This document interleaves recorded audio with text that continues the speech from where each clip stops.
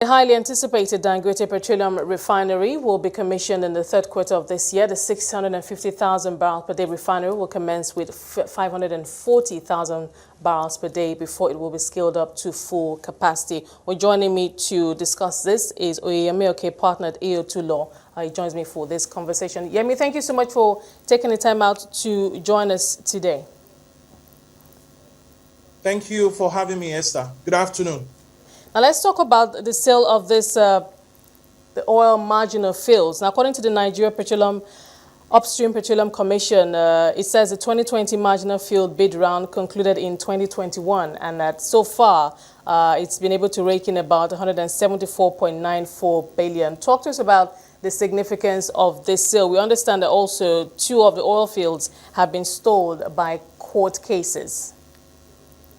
Okay, I mean, the process started in 2020, so we are about 18 months into the process as of now.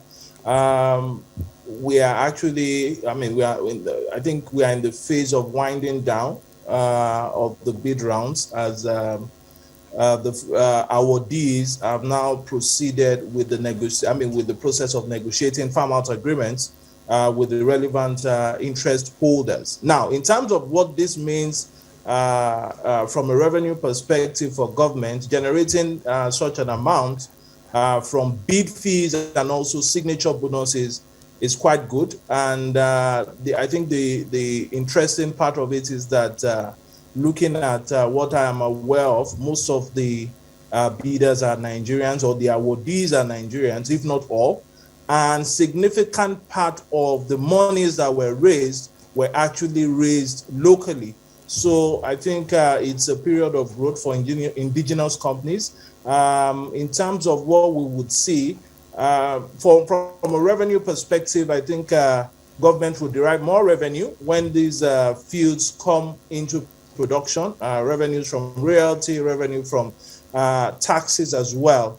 So looking at the projection or the trajectory, I think we would see new indigenous players within the sector. And also, if the reserves are developed, we would also see more money for government, essentially.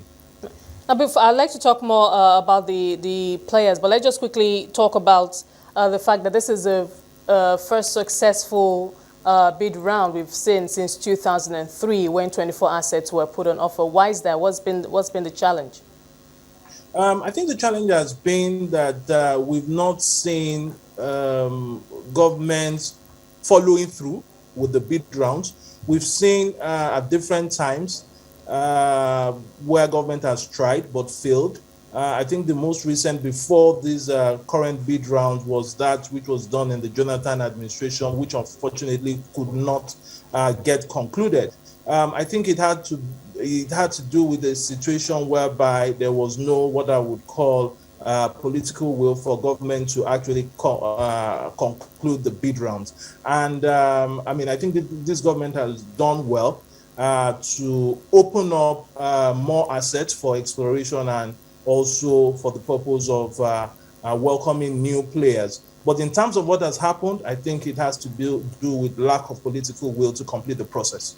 Okay, well, now that we've had this process completed, you talked about the indigenous players, because it's typically these oil fields, as we know, we understand, typically developed by indigenous companies. What kind of investment, what is the scale of investments that we should expect, and what kind of, what is the road ahead for these companies in terms of operational challenges, or the opportunities also that they have ahead of them?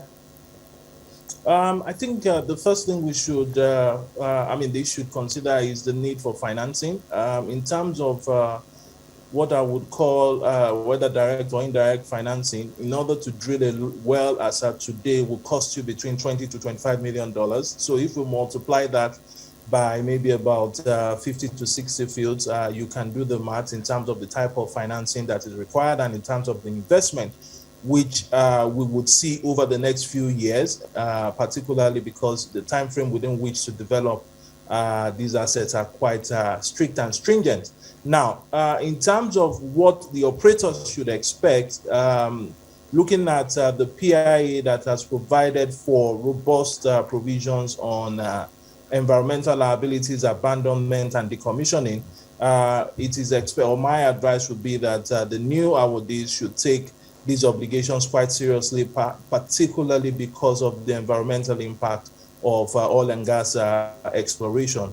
We are going into a new regime. There are a few things that are a bit unclear, and the operators would also grapple with this. I think even the regulators are also trying to ensure that there is proper implementation of the PIA. So I think that would also be a challenge in the early days of development, but I don't think that would be significant. Immediately the PIA is implemented and we see the gray areas being clarified, I think it should be, I mean, we shouldn't ideally have any challenge in that regard. So those are my thoughts. It will be financing, environmental issues, and also regulatory issues on a going forward basis. Now, how important will host community engagement be for these operators? We know that obviously if things are going to run smoothly, obviously the environment, the communities in which they operate in, there has to be, you know, smooth relations, as it were. Talk to us about, I mean, how important this will be to their operations. So the environment issue, or the environmental issue which I raised, is actually coterminous with the host community engagement. If you recall, the PIA mandates all operators to actually set up host community development trusts, which I'm aware that some operators have actually started the process of ensuring that there is compliance with the provisions of the PIA. I'm also aware that regulators are also looking at a situation where the host community development trust fund kicks off as soon as possible. So from an host community engagement perspective, I think even the new operators or the new entrants are actually not taking this lightly, and I'm sure that they would also have their focus on those community issues, because if that is not sorted, then we would not want to run into some of the challenges we've had in the past, whereby there is the host community restiveness, which has actually affected petroleum operations in certain areas in the Niger Delta. Now, as a whole, what does this mean? Obviously, we're seeing that the PIA, I mean, the acts are coming into full effect. We're seeing the benefits from it now with this bid rounds being awarded. What does this mean in general for the Nigeria's oil and gas industry in terms of investments, and how much of this can we build on to bring in more investments? I think the good thing, if we look at the PIA, you know, the PIA, I mean, it was before the National Assembly for about a decade, if not more, and now we have a new legislative framework to guide oil and gas activities.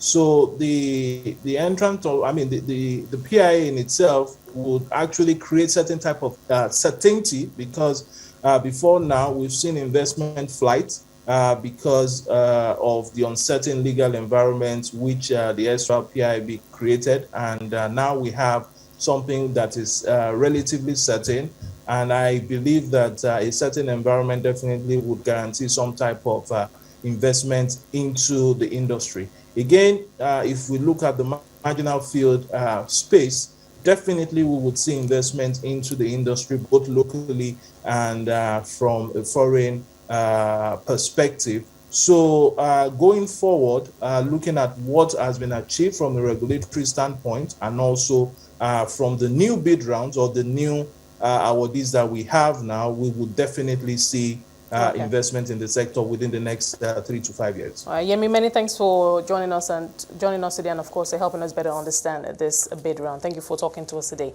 That was Oyeyemi Oke, partner at AO2.